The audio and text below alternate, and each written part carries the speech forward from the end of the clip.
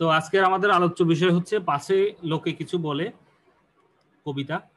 এই কবিতাটি, এই বিখ্যাত কবিতাটি রচনা করেছেন কামিনী রায়, বিখ্যাত কবি কামিনী রায়। আমরা শুরুতে কামিনী রায় কবি পরিচিতি একটু জানবো। কবি কামিনী রায় বরিশালের বাসন্ডা গ্রামে, তথ্যগুলো একটু খেয়াল রাখতে হবে। বাসন্ডা গ্রামে দেখো 1864 খ্রিস্টাব্দে জন্মগ্রহণ করেন। আমাদের যে বিশ্বকবি রবীন্দ্রনাথ ঠাকুর রয়েছেন তারই সমসাময়িক বলা চলে। মাত্র 8 বছর বয়সে তিনি কবিতা লেখা শুরু করেন।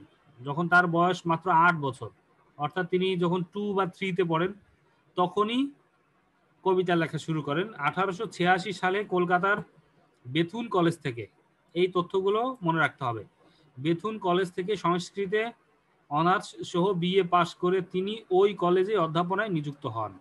অর্থাৎ বেথুন কলেজ থেকে তিনি পড়ালেখা করেন এবং কর্মজীবনে তিনি সেই কলেজেই অধ্যাপনায় নিযুক্ত হন। আনন্দ ও বেদনার সহজ সরল প্রকাশ ঘটেছে তার কবিতায়। মানবতা বোধ ও নৈতিকতাকেও তিনি তার কবিতার বিষয় করেছেন। তার লেখা ছোটদের কবিতা সংগ্রহের নাম গুঞ্জন। খুবই ইম্পর্টেন্ট একটা কোশ্চেন, এই কোশ্চেনটা প্রায় সময় আসে, যে কামিনী রায়ের যে ছোটদের কবিতার সংগ্রহ রয়েছে সেই সংগ্রহের নাম কি?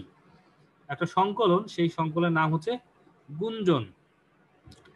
তার উল্লেখযোগ্য কাব্যগ্রন্থগুলোর মধ্যে দেখো আলো ও ছায়া, মাল্য ও নির্মাল্য, দ্বীপ ও ধূপ, এগুলো হচ্ছে তার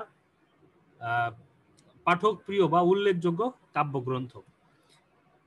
কলকাতা বিশ্ববিদ্যালয় তাকে জগত্তারিণী স্বর্ণপদকে ভূষিত করে। কলকাতা বিশ্ববিদ্যালয়ে তাকে একটা পুরস্কার দেন, সেই পুরস্কার হচ্ছে জগত্তারিণী স্বর্ণপদক।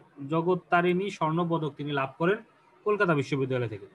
1933 সালে তার মৃত্যু হয়। 1933 খ্রিস্টাব্দে কামিনী রায় মৃত্যুবরণ করেন। তাহলে আমরা দেখলাম যে কবি কামিনী রায়, যার জন্ম বরিশালে, মাত্র 8 বছর বয়সে তিনি কবিতা লেখা শুরু করেন। এরপর কলকাতার বেথুন কলেজে তিনি পড়ালেখা করেন, সেখানেই আবার তিনি চাকরিতে নিযুক্ত হন। তারপর তার কবিতার মধ্যে আনন্দ বেদনার সহজ, একদম স্বাভাবিক, সহজ সরল প্রকাশ ঘটেছে। তার কবিতায় মানবতা বোধ, নৈতিকতা বোধ, এই বিষয়গুলো লক্ষ্য করা যায়। তার একটি ছোটদের লেখা কবিতার সংগ্রহ রয়েছে যার নাম হচ্ছে গুঞ্জন। আমাদের আজকের পাঠ্য হচ্ছে পাছে লোকে কিছু বলে এই কবিতা। এই কবিতাটি তার বিখ্যাত কাব্যগ্রন্থ আলো ও ছায়া, এই কাব্যগ্রন্থ থেকে নেওয়া হয়েছে। তো এখানে কিছু শব্দার্থ টিকা রয়েছে, তার মধ্যে দেখো গুরুত্বপূর্ণ শব্দার্থ টিকাগুলো একটু চোখ বুলিয়ে নেই আমরা। সদা, সদা শব্দার্থ হচ্ছে সবসময়।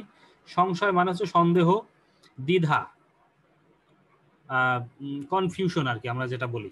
সংকল্প মনের দৃঢ় ইচ্ছা, আকাঙ্ক্ষা, ইচ্ছা। সংশয় সংকল্প সদা টলে, যে মনের যে দৃঢ় ইচ্ছা পূরণ করায় বাধা তৈরি হয়, মানে দ্বিধা তৈরি হয়, সন্দেহ তৈরি হয়। শুভ্র, শুভ্র হচ্ছে সাদা, এখানে পরিষ্কার বা অমলিন অর্থে ব্যবহৃত। শুভ্র মানে ভালো অর্থে ব্যবহৃত, সুন্দর অর্থে ব্যবহৃত হয়েছে। জবে, জবে শব্দ অর্থ হচ্ছে যখন। প্রশমিতে, প্রশমিতে মানে হচ্ছে যে নিবারণ করতে, উপশম ঘটাতে বা কমাতে, হ্রাস করা, কমানো, নিবারণ করা, উপশম করা।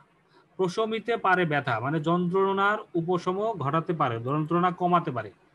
উপেক্ষা শব্দের অর্থ হচ্ছে গ্রাহ্য না করা, অবহেলা করা, গুরুত্ব না দেওয়া। ছল শব্দের অর্থ হচ্ছে ছুতা বা ওজর। ম্রিয়মান, ম্রিয়মান শব্দের অর্থ হচ্ছে কাতর বা বিষাদগ্রস্ত, মানে মন খারাপ বা হচ্ছে দুঃখগ্রস্ত আর কি। যাই হোক, এই শব্দের অর্থগুলো আমাদের কবিতা পাঠের সময় লাগবে। খুবই ছোট এবং খুবই গুরুত্বপূর্ণ, অল্প কথায় কবি কামিনী রায় আসলে আমাদের জীবনের কিছু বাস্তব কথা তিনি বলেছেন। অর্থাৎ আমরা অধিকাংশই যখনই কোনো ভালো কোনো উদ্যোগ নেই অথবা কোনো ব্যাপারে ভূমিকা নিতে যাই, তখনই আমাদের মনের মধ্যে এক ধরনের বাধার সৃষ্টি হয়, এক ধরনের আমরা প্রতিবন্ধকতার সামনে পড়ি, যে আসলে এই কাজটা কি করা আমার ঠিক হবে, এটা কি করা উচিত হবে, না কি এটা কি করব কি করব না, যদি করি তাহলে মানুষ কি বলবে, যদি না করি তাহলে মানুষ কি বলবে। অর্থাৎ আমরা যতটা না নিজের জন্য করি ততটাই মানুষের মানে লোকের ভয়ে করি অথবা করি না। বুঝতে পেরেছো? মানে বিষয়টা হচ্ছে যে আমরা আমাদের চারপাশের যে সকল মানুষজনের সঙ্গে উঠা বসা করি, আমাদের বন্ধু, আমাদের স্বজন, আমাদের আত্মীয় স্বজন, আমাদের মানে পরিবারের সদস্য, আমাদের চেনা পরিচিত জন, যত মানুষ আছে আমাদের চারপাশে, আমরা কি করি, কোনো একটা ব্যাপারে তাদেরকে ভয় পাই, তাদেরকে ভয় পাই এবং মনে মনে ভাবি যে লোকে কি বলবে, পাছে লোকে কিছু বলে, অর্থাৎ পেছনে লোকে আমাকে নিয়ে কিছু বলবে, আমাকে নিয়ে কথা বলবে, আমাকে নিয়ে সমালোচনা করবে, আমাকে নিয়ে খারাপ কোনো মন্তব্য করবে, এই ধরনের একটা কি বলবো যে সন্দেহ, এই ধরনের একটা সংশয়, এই ধরনের একটা দ্বিধা দ্বন্দ্ব আমাদের মনের মধ্যে সবসময়ই কাজ করে থাকে। ঠিক আছে, সাপোজ তুমি একটা মঞ্চে বক্তব্য দিবে, তোমাকে আহ্বান জানানো, মানে তোমার ক্লাসে হয়তো ঘোষণা দেওয়া হলো যে এরকম একটা অনুষ্ঠানে তোমাদের মধ্য থেকে একজন বক্তৃতা দিবে।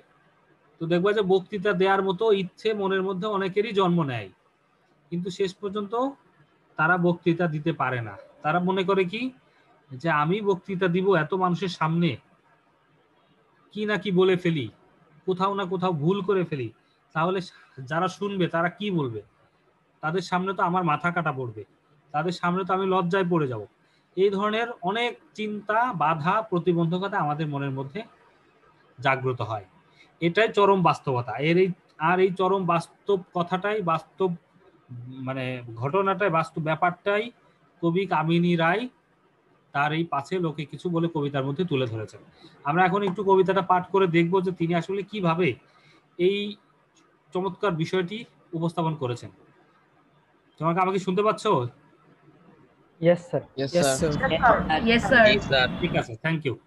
তো দেখো, কবি বলছেন, করিতে পারি না কাজ, সদা ভয় সদা লাজ, সংশয়ে সংকল্প সদা টলে, পাছে লোকে কিছু বলে। কয়েকটা স্তবকে কবি আসলে তার এই মনের কথাটা ব্যক্ত করেছেন। প্রথম স্তবকে দেখো, কবি বলছে যে করিতে পারি না কাজ, করিতে পারি না কাজ মানে কোনো কাজ আমি করতে পারি না। সদা ভয়, সদা মানে সব সময়, সব সময় একটা ভয়, সদা লাজ, সব সময় একটা লজ্জা, লাজ মানে হচ্ছে লজ্জা, মানে আমি কোনো কাজ করতে পারি না কেননা আমার মধ্যে ভয় এবং লজ্জা রয়েছে। লজ্জা মানে আমি সবসময় ভয় পাই এবং লজ্জা পাই। কিসের ভয়, কিসের লজ্জা বলো তো? ভয় এবং লজ্জা হচ্ছে মানুষের ভয়, মানুষের লজ্জা, যে কেউ আমাকে নিয়ে কিছু বলবে। আমি একটা কাজ করব, মানে সেটা ভালো হোক যাই হোক, মানে আমি কোনো একটা উদ্যোগ নেব, তাহলে আমি সেই কাজটা, সেই উদ্যোগটা নিতে পারি না, সেই কাজটা করতে পারি না। কেন করতে পারি না? কারণ সবসময় আমার মধ্যে একটা ভয় কাজ করে, একটা লজ্জা কাজ করে। সংশয়ে সংকল্প সদা টলে, সংশয়, সংশয় মানে হচ্ছে দ্বিধা, হ্যাঁ, মনোদ্বন্দ্ব, সন্দেহ, মানে একটা দ্বিধা, একটা সন্দেহ, একটা মনের যে দ্বন্দ্ব, মনের যুদ্ধ, সেখানে সংকল্প সদা টলে। আমার যে সংকল্প রয়েছে, আমার যে ইচ্ছা রয়েছে, মনের ইচ্ছা রয়েছে, সেই ইচ্ছাটা সবসময় টলমল করে, নড়াচড়া করে, অর্থাৎ স্থির থাকতে পারে না। কারণ একটাই, সেই কারণটা হচ্ছে পাছে লোকে কিছু বলে। অর্থাৎ এখানে কবি বলছেন যে আমি কোনো কাজ করতে পারি না। কবি আসলে নিজের হয়ে কথা বলছেন। এই কথাটি আসলে কবির একার নয়, এরকম এই কথাগুলো আমাদের সমাজের অসংখ্য মানুষের কথা, মানুষের মনের কথা। আমাদের মধ্যেও অনেকে আছে, তোমাদের মধ্যেও অনেকেও আছো, যে অনেক সময় কি হয় যে কোনো একটা মনের ইচ্ছা বা কোনো একটা মনের আকাঙ্ক্ষা, কোনো একটা মনের একটা কি বলবো যে দৃঢ় যে ইচ্ছা, সেই ইচ্ছার কথা আমরা বলতে পারি না, আমরা ব্যক্ত করতে পারি না। কারণটা কি? কারণ হচ্ছে যে লোকে কি বলবে, পাছে লোকে কি বলবে, বুঝতে পারছো? এই ধরনের একটা সন্দেহ, এই ধরনের একটা মনের দ্বন্দ্বে আমরা আসলে সবসময় ভুগি, যার জন্য আমাদের সংকল্পগুলো কখনো স্থির থাকে না, সংকল্পগুলো কখনো এক জায়গায় স্টেবল থাকে না, নড়াচড়া করে, টলমল করে। এরপরে কবি বলছেন, আড়ালে আড়ালে থাকি, নীরবে আপনা ঢাকি, সম্মুখে চরণ নাহি চলে, পাছে লোকে কিছু বলে। কবি বলছেন আড়ালে আড়ালে থাকি, অর্থাৎ সবসময় নিজেকে কি করি, ঢেকে রাখি, আড়ালে রাখি, হাইড করে রাখি। দেখবো যে একটা ক্লাসে কিছু ছাত্র থাকে যারা আসলে সবকিছু থেকে নিজেকে গুটিয়ে রাখে। সে হয়তো কারোর সঙ্গে ওভাবে ভালো কথা বলে না, কারোর সঙ্গে ভালো খেলে না, কারোর সঙ্গে হয়তো ভালো কথা বলে না, সে নিজেকে সবসময় কি করে, মানে গুটিয়ে রাখে, আড়ালে আড়ালে রাখে, অর্থাৎ মানুষের চোখের আড়ালে রাখে। অনেক সময় টিচাররা যখন ক্লাসে এসে জিজ্ঞেস করে যে আমি আজকে তোমাদেরকে জিজ্ঞাসা করবো, অনেকে মনে মনে ভাবে যে স্যার যেন আমাকে না বলে, আমাকে না বলে, তখন সে মাথাটা নিচু করে রাখতে চায়, তারপরে ব্যাগের নিচে মাথা রাখতে চায়, তারপরে আরেকজনের পেছনে নিজেকে লুকায়, এইভাবে নিজেকে কি করে লুকিয়ে রাখে, আড়ালে রাখে। তো এটা দেখো কবি বলছেন যে আড়ালে আড়ালে রাখি, অর্থাৎ সবসময় আমি আমার নিজেকে ঢেকে রাখার চেষ্টা করি, নীরবে আপনা ঢাকি, মানে গোপনে আমি আমার নিজেকে সবসময় কি করে রাখি, ঢেকে রাখি, হাইট করে রাখি। সম্মুখে চরণ নাহি চলে, সম্মুখে মানে সামনের দিকে চরণ নাহি চলে, আমার যে পা, আমার সামনের গতি, মানে আমি যে সবার সামনে আসব, মানুষের সামনে আসব, সামনে চলবো, সবার সামনের দিকে আগাবো, সেই সামনের দিকে আমি আগাতে পারি না, কারণ আমার পা আর চলে না। চরণ মানে পা, চরণ নাহি চলে মানে আমার পা আর চলে না সামনে। কারণ কি? কারণ হচ্ছে যে পাছে লোকে কিছু বলে, অর্থাৎ আমি নিজেকে সবসময় ঢেকে রাখি, আড়ালে রাখি, সামনে আসতে চাই না, মানুষের পেছনে থাকতেই পছন্দ করি, কারো সামনে আসি না। কি কারণে আসি না? কারণ হচ্ছে যে যদি সবার সামনে আমি আসি তাহলে সবাই কি বলবে, সবাই কি মনে করবে, এই ভয়ে, এই লজ্জাতে আমি কারো সামনে আসি না। এরপর কবি বলছেন হৃদয়ে বুদবুদ মতো উঠে শুভ্র চিন্তা কত, মিশে যায় হৃদয়ের তলে পাছে লোকে কিছু বলে। প্রত্যেকটি স্তবকে কবি এই লাইনটি বলেছেন যে পাছে লোকে কিছু বলে। সেটা কি দেখো, কবি বলছেন যে হৃদয়ে বুদবুদ মতো উঠে শুভ্র চিন্তা কত, মিশে যায় হৃদয়ের তলে পাছে লোকে কিছু বলে। অর্থাৎ বুদবুদ, বুদবুদ হচ্ছে বাবল। বুদবুদ হচ্ছে যে আমরা যখন একটা পাত্রে, একটা গ্লাসে যখন মনে করো পানি ঢালি, সেই পানি থেকে কিছু দেখবা যে বুদবুদ ওঠে, কিছু ফেনা ওঠে, তাই না? অথবা মনে করো একটা কোল্ড ড্রিঙ্কস, 7 আপ বা ইত্যাদি যখন আমরা খুলি তখন দেখবা সেখানে অসংখ্য বুদবুদ তৈরি হয়। সেই বুদবুদ গুলো আবার কিন্তু কিছুক্ষণ পরে মিলিয়ে যায়, শেষ হয়ে যায়, কারণ বুদবুদ হচ্ছে ক্ষণস্থায়ী। তো হৃদয়ে বুদবুদ মতো, এই যে বুদবুদ যেরকম হয় সেরকম করে অসংখ্য বুদবুদের মতো উঠে শুভ্র চিন্তা কত, মানে শুভ্র চিন্তা মানে উত্তম চিন্তা, মঙ্গল চিন্তা, ভালো চিন্তা। আমার মনের মধ্যে বুদবুদের মতো অসংখ্য শুভ্র চিন্তা উদয় হয়, আমার মনের মধ্যে অনেক ভালো ভালো চিন্তা ভাবনা জাগ্রত হয়, যে আমি সমাজের জন্য এটা করতে চাই, দেশের জন্য এটা করতে চাই, আমার পরিবারের জন্য এটা করতে চাই, আমার নিজের জন্য এটা করতে চাই, এরকম অনেক, বা আমার সমাজের যারা অবহেলিত, নিগৃহীত, অত্যাচারিত, নির্যাতিত তাদের জন্য কিছু করতে চাই। দেখা গেছে যে তুমি তোমার জায়গা থেকে এরকম অসংখ্য ভালো ভালো চিন্তা তুমি করো, নিজের মনের অজান্তেই অনেক সময় আমরা কি করি, অনেক মানে অনেক স্বপ্ন দেখি, অনেক ভালো কিছু করার ইচ্ছা পোষণ করি, তাই না? তো সেগুলো আবার কি হয় দেখো, মিশে যায় হৃদয়ের তলে, অর্থাৎ হৃদয়ের মধ্যে জাগ্রত হয়, আবার হৃদয়ের মধ্যেই সেগুলো নিভে যায়। অর্থাৎ ভালো ভালো চিন্তা আমাদের মনের মধ্যে আসে, আবার সেই ভালো ভালো চিন্তাগুলো অটোমেটিক্যালি আমাদের মন থেকে দূর হয়ে যায়। কারণ একটাই, কারণ হচ্ছে পাছে লোকে কিছু বলে। অর্থাৎ বুদবুদ যেরকম করে ক্ষণস্থায়ী, ঠিক সেরকম করেই অসংখ্য ভালো ভালো চিন্তা আমাদের মধ্যে আসে, কিন্তু সেটা স্থায়ী হয় না। ওই বুদবুদের মতোই কিছুক্ষণ পরে, কিছুদিনের মধ্যে আবার কি হয়ে যায়, হৃদয়ে তলে মিশে যায়, হৃদয়ের গভীরে একদম মিলিন হয়ে যায়, মানে বিলীন হয়ে যায়। বুঝতে পারছো? কারণ একটাই, সেটি হচ্ছে সমালোচনার ভয়। মানুষ কি বলবে, লোকে কি বলবে, আমি যদি এই কথাটা মানুষকে বলি বা আমি যদি এই কাজটা সবার সামনে করি, তাহলে সবাই কি মনে করবে, আমাকে নিয়ে হয়তো খারাপ বলবে, আমাকে নিয়ে হয়তো সমালোচনা করবে, এই ধরনের ইত্যাদি চিন্তায় আমরা কি করি, এই আমাদের শুভ্র চিন্তাগুলোকে নষ্ট করে দেয়, ধ্বংস করে দেয়। এরপর কবি বলছেন, কোথাও যদি অসুবিধা হয়, জিজ্ঞাসা থাকে অবশ্যই জিজ্ঞাসা করবে, ঠিক আছে? কবি বলছেন যে কাঁধে প্রাণ জবে, আখি সযতনে শুষ্ক রাখি, নির্মল নয়নের জলে পাছে লোকে কিছু বলে। খুবই চমৎকার লাইন। কবি বলছেন যে কাঁধে প্রাণ জবে, যখন আমার প্রাণ কাঁদে, যখন আমার হৃদয় কান্না করে, আমার যখন কান্না পাই, আখি সযতনে শুষ্ক রাখি, আমি কি করি, আমার কান্না, মানুষ যখন কান্না আসে সেই কান্নাটা আমরা বুঝতে পারি কিভাবে, যে তার চোখ দিয়ে পানি পড়ে, তার চোখ চোখ দিয়ে জল পড়ে, তাই না? তারপরে তার চেহারা দেখলে আমরা বুঝতে পারি যে সে কি হচ্ছে, কান্না করছে অথবা তার মন খারাপ। তা কবি বলছেন যে কাঁধে প্রাণ জমে, যখন আমার কান্না পায়, আমার যখন প্রাণ কান্নাকাটি করে, তখন দেখো আঁখি সযতনে শুষ্ক রাখি। আমি আমার চোখকে কি করি, খুব যত্ন করে, খুব সচেতন ভাবে, খুব সতর্ক হয়ে আমার চোখকে আমি শুষ্ক রাখি, শুকনো রাখি, আমার চোখ আমি ভিজাই না। কারণ কি, নির্মল নয়নের জলে, নির্মল মানে হচ্ছে স্বচ্ছ, পরিষ্কার, নয়নের জলে পরিষ্কার এই চোখের যে পানি, এই চোখের পানি যদি আমার চোখ দিয়ে বের হয়ে আসে, সেটা যদি মানুষ দেখে তাহলে তারা কি বলবে? অর্থাৎ আমি যে কান্না করছি আমার কোনো একটা আবেগে বা কোনো একটা অনুভূতিতে, কোনো একটা বিষাদে, দুঃখে, কারণ মানুষের জীবনে ভালো মন্দ, সুখ দুঃখ সবকিছু থাকে।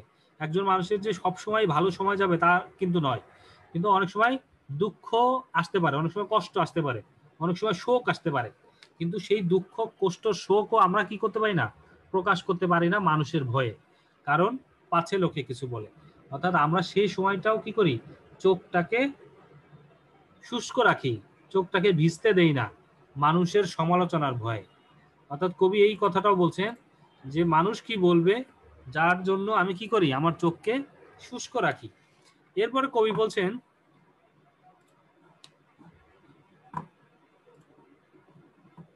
একটি স্নেহের কথা প্রসবিতে পারে ব্যথা, চলে যায় উপেক্ষার ছলে, পাশে লোকে কিছু বলে।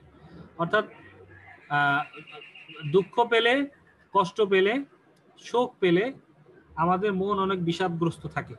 তখন কেউ যদি কোনো স্নেহের কথা বলে, ভালোবাসার কথা বলে, কোনো সৌহার্দ্যের কথা বলে,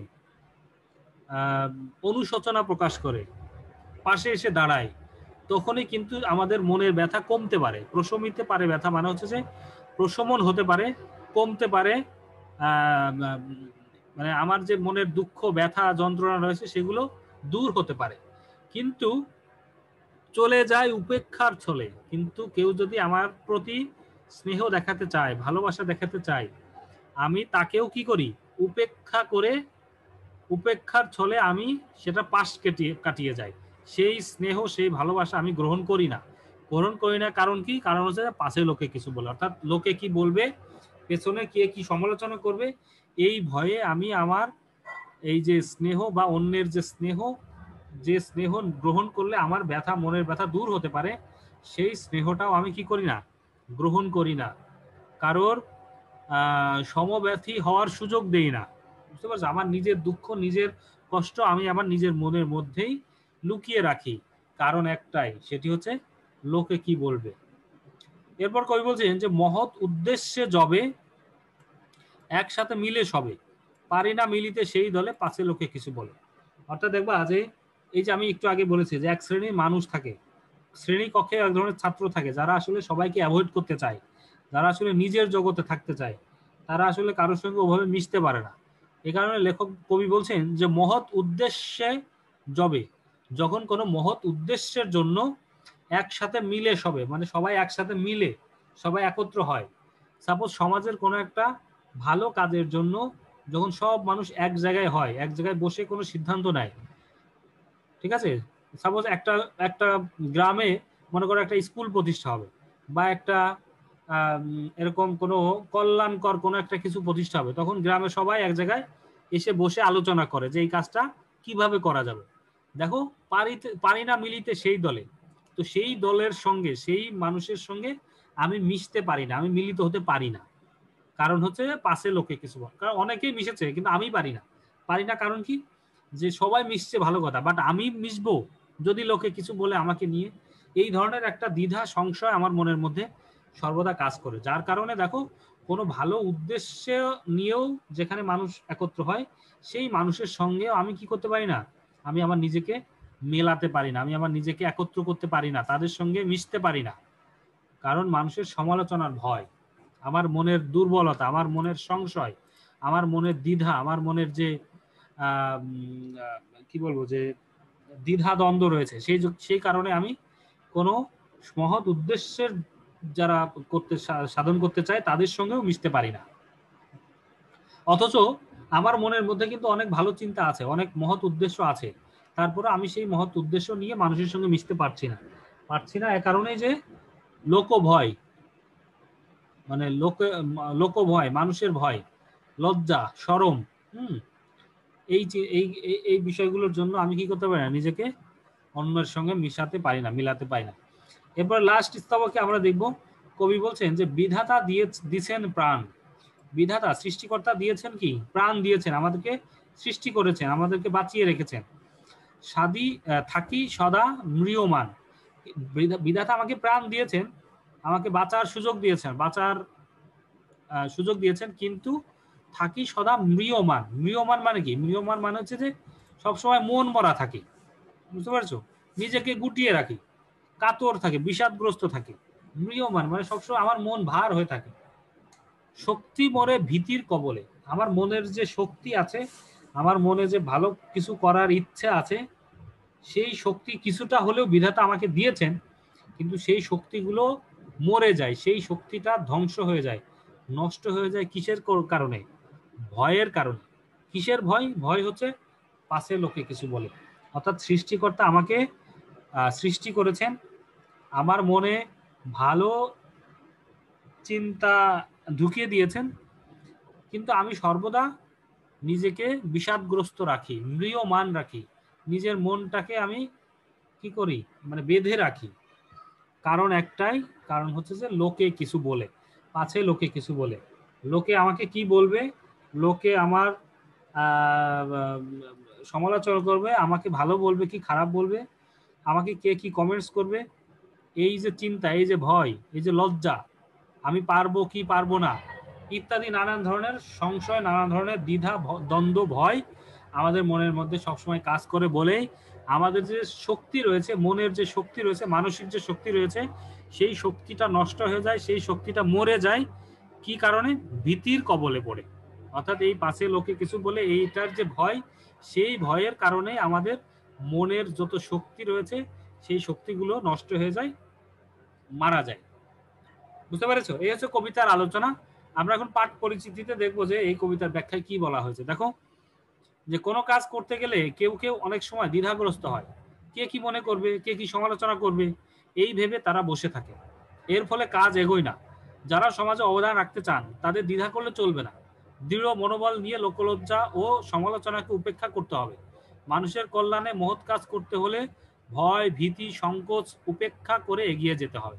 অর্থাৎ তুমি যদি সত্যি সত্যি নিজেকে প্রমাণ করতে চাও, সত্যি সত্যি মানুষের কল্যাণে কাজ করতে চাও, সত্যি সত্যি নিজের, পরিবারের, দেশের, সমাজের সবার মঙ্গলের জন্য তুমি কোনো ভূমিকা রাখতে চাও, তাহলে সকল ধরনের লোকভয়, লোকলজ্জা, সকল ধরনের সংশয়, দ্বিধা, সন্দেহ দূর করে তোমাকে সাহস নিয়ে সেই কাজে লেগে পড়তে হবে। আর তাহলেই তুমি সফল হবে। আর যদি মানুষের ভয়ে, লোকের ভয়ে, কে কি বলবে, পেছনে কে সমালোচনা করবে ইত্যাদি ভয় যদি করো, তাহলে কিন্তু তুমি কোনোভাবেই তোমার নিজেকে প্রমাণ করতে পারবে না। এই কারণে দেখো,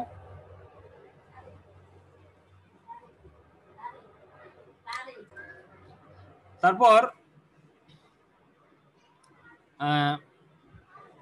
দেখো যারা অনেক বড় বড় মানে সেলিব্রিটি, অনেক বিশ্বের অনেক নামি দামি লোক, তাদেরও কিন্তু অনেক সমালোচনা হয়, তাদেরকে নিয়েও মানুষ অনেক খারাপ কথা বলে, অনেক সময় অনেক ধরনের বাজে মন্তব্য করে, কিন্তু তারা তাদের কাজ থেকে কিন্তু সরে আসে না, তারা কিন্তু তাদের কাজকে ফেলে দেয় না, যার কারণে কিন্তু তারা সফল হয়। সুতরাং আমাদের সবাইকে শিক্ষা গ্রহণ করতে হবে যে আমরাও যেন কি করতে পারি, যে কে কি বললো, কে কি মনে করলো, এগুলোকে ভুলে, এগুলোকে ফেলে আমরা যেন আমাদের যে দায়িত্ব, আমাদের যে উদ্দেশ্য, আমাদের যে কর্তব্য রয়েছে, আমাদের যে লক্ষ্য বা উদ্দেশ্য রয়েছে, সেই লক্ষ্য এবং উদ্দেশ্য সফলের জন্য আমরা কাজ করব। ঠিক আছে? তাহলে পাঁচে লোকে কিছু বলে কবিতার আলোচনা এতটুকুই। আমার মনে হয় তোমরা সবাই বুঝতে পেরেছো। তারপরে যদি কারো কোনো অসুবিধা হয়, কারো কোনো কোথাও অস্পষ্ট থাকে, অবশ্যই কোশ্চেন করতে পারবে। সবাই কি ক্লিয়ার বিষয়টা? Yes, sir. Yes, sir. ওকে, ঠিক আছে, থ্যাংক ইউ ভেরি মাচ।